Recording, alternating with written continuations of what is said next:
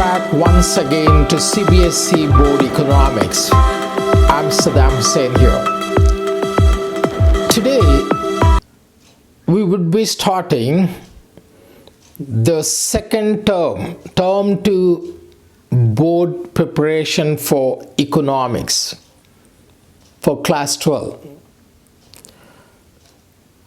I have already told you that again in term 2 you have two books. One is macroeconomics, one is Indian economic development. So today we'll be starting with Indian economic development. In Indian economic development, the first chapter for term 2 examination is employment. This comes under current challenges facing Indian economy. Current challenges facing Indian economy. The name of the chapter is employment.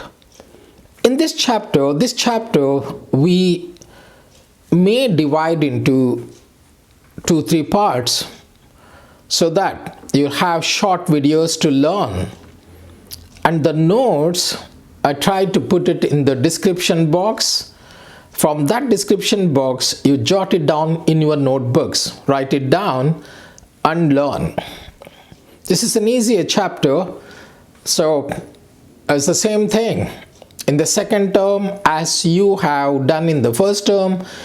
Again you'll be exposed to objective type of questions, fill in the blanks, match the following, or you have assertion and reasoning type of question, or they might give you a passage and from that passage you have to pick the answers. So follow carefully. So you need not learn word to word of the entire chapter. Understanding is more important. So let's see what you have. So again I repeat, this is the second term preparation for the board examination. Second term board examination for class 12. Current challenges facing Indian economy. Under the Indian economic development, the name of the chapter is employment. The first question you have, which is too simple: who is a worker? Before we go to the employment part of it, so what kind of different unemployments we have in India?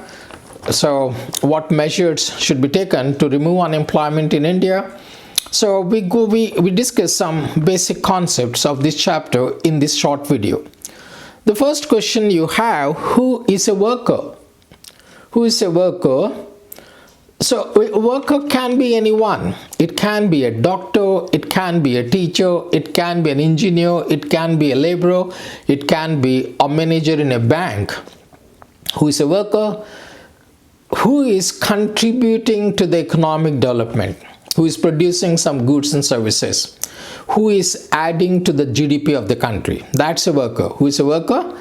Any person, irrespective of your status in the society, whether you are a doctor or you can be a laborer, you can be a plumber, you can be anyone, a teacher, you can be an engineer, you can be software engineer, you can be a pilot. So who is a worker? Who is doing some economic activity, that is producing goods and services and contributing to the GDP, gross domestic product of the country. Example, it can be farmers, I told you, it can be laborers, doctors, teachers, manager. I'll keep on reading and you find these notes in the description box. Who is a worker? A worker as an individual who is involved. A worker is an individual who is involved in some economic activity to earn a living. A worker contributes to the process of gross domestic product, GDP, by rendering his production activity. Some examples of workers are farmers, managers, laborers, doctors, teachers, anyone. This is a laborer. I hope you got it. A laborer is one who is contributing something to the GDP, who is doing some economic activity. Then you have the next question: who are included in the workers? Who are included in the workers? I've already told you, those who are doing some economic activity, those who are producing something, goods and services, those who are contributing to the GDP is a worker. who are the people we include in the workers? So don't be under the impression workers are only those people who are working actually. No, not necessarily. Who are the people we include in workers? They can be self-employed workers. Self-employed. Maybe you have some shopkeeper, maybe someone running a travel agency, someone running a coaching center, a doctor sitting at home and practicing, he's a worker. Not only that, there may be some people who are temporarily unemployed. Maybe because of COVID-19, many shops have been closed down. Many workers have become unemployed, but still they are willing to work, or someone is not working because he got some disease or illness. He is also a worker. So who are included workers? Self-employed people, and those people who are temporarily unemployed, maybe because of some reason. So these we include both employed as well as the people who are temporarily unemployed. Who are included in workers? I read it out. It is generally believed that people who are paid by an employer are workers. Generally believe you are working in some organization, you are paid. However, this is not true. Number one, it also includes self-employed persons like shopkeepers, barbers, cobblers, etc. It also includes, the second point, those people who remain temporarily absent. They're not coming for the job, maybe because of illness, due to illness, injury, or you're injured, or other physical disability. Maybe because of bad weather.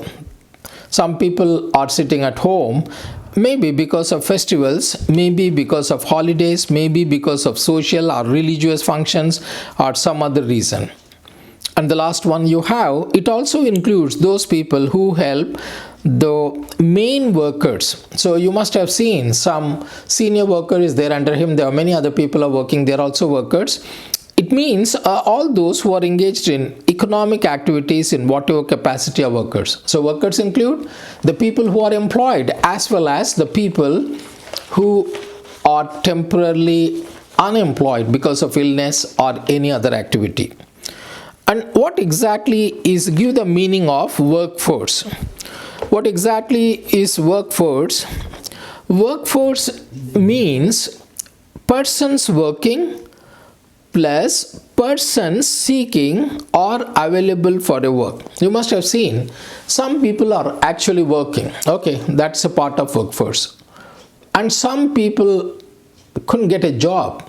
They're qualified, they're waiting, they're willing to work. So we take them in the workforce. Workforce is equal to persons working plus persons seeking and or available for work. That is employed plus unemployed people who are willing to work. That's workforce. So I read it. Give the meaning of, this is a labor force, meaning of labor force, not workforce. All persons who are working, have a job, and though not working or seeking and are available for work are deemed to be in the labor force. Labor force is equal to persons working plus persons seeking and are available for work. In other words, labor force is the total of employed and unemployed persons. So again I repeat so that you don't get confused. One is who is a labor and who is a, again I repeat, who is a worker. Anyone who is doing some economic activity is a laborer. Is a, we can call it as a worker, it can be laborer, it can be a doctor. And who are included in workforce? The people who are employed plus the people who are temporarily not working because of injury, because of illness. And what is labor force? Labor force includes people who are employed plus people who are looking for jobs. And how do we calculate, because of illness, and labor force is equal to persons working plus persons seeking job.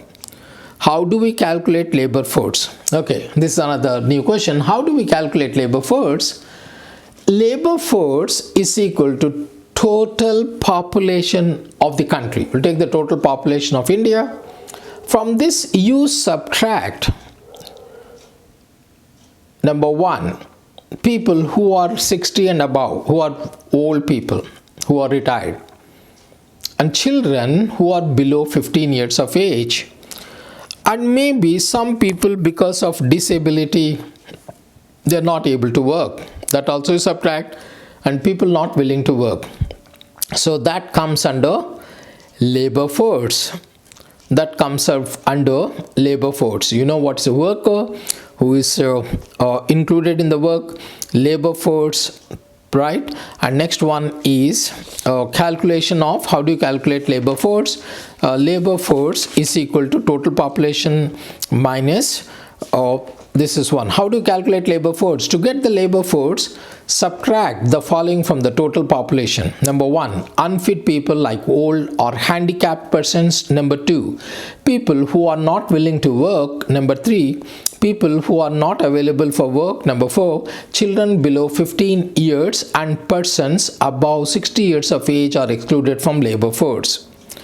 The next one you have, what is labor force participation rate? Labor force participation rate, the ratio of labor force to total population is called labor force participation rate. Labor force participation rate is equal to labor force upon total population of the country.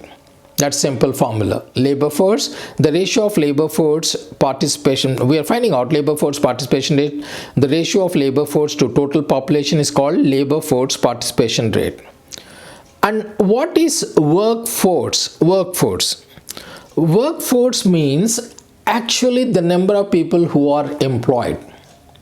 Not who are looking for a job, who are employed. Workforce, the number of persons who are actually employed at a particular time are known as workforce. It includes all those persons who are actually in productive activities. We are not taking into consideration the people who are waiting for a job. How to calculate number of unemployed people? How do we calculate unemployed people? Simple formula. Unemployed people is equal to labor force, who are actually labor force. That labor force is equal to, I told you, is the number of people working plus number of people who are looking for jobs minus workforce. Minus workforce means actually the people who are working. Let's put it this way. Unemployed people, how do you find out unemployed people?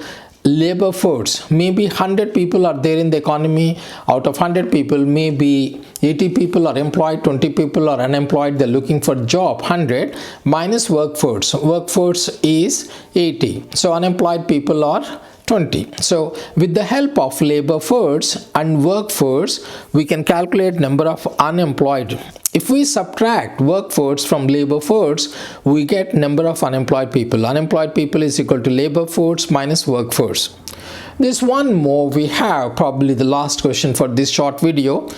What is worker population ratio? Worker population ratio. Worker population ratio is equal to the formula total number of workers upon total population into 100.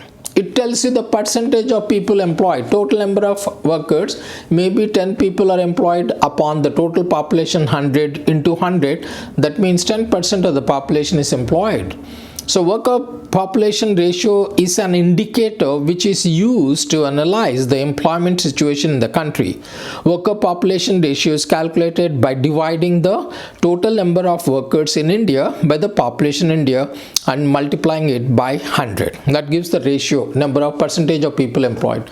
This worker population ratio really helps. How many people are employed? Right, you know, if in developed countries the worker population ratio is high because more employment. In our country, it is very less. Maybe in rural areas the worker population is high in India because they do all people are doing some cultivation. Even the rural women are also employed. This is some of the concepts. In the next video, part 2 of employment, will be discussing different kinds of unemployment we have, what measures should be taken to control unemployment. Keep following the videos and keep writing it down in a notebook and write it down for your March exams. That becomes much easier for you. Thank you guys for watching. Till we meet next time, meet next time, it's goodbye from Saddam Hussain. Don't forget to share, subscribe, like and comment our videos. Goodbye guys. Bye-bye.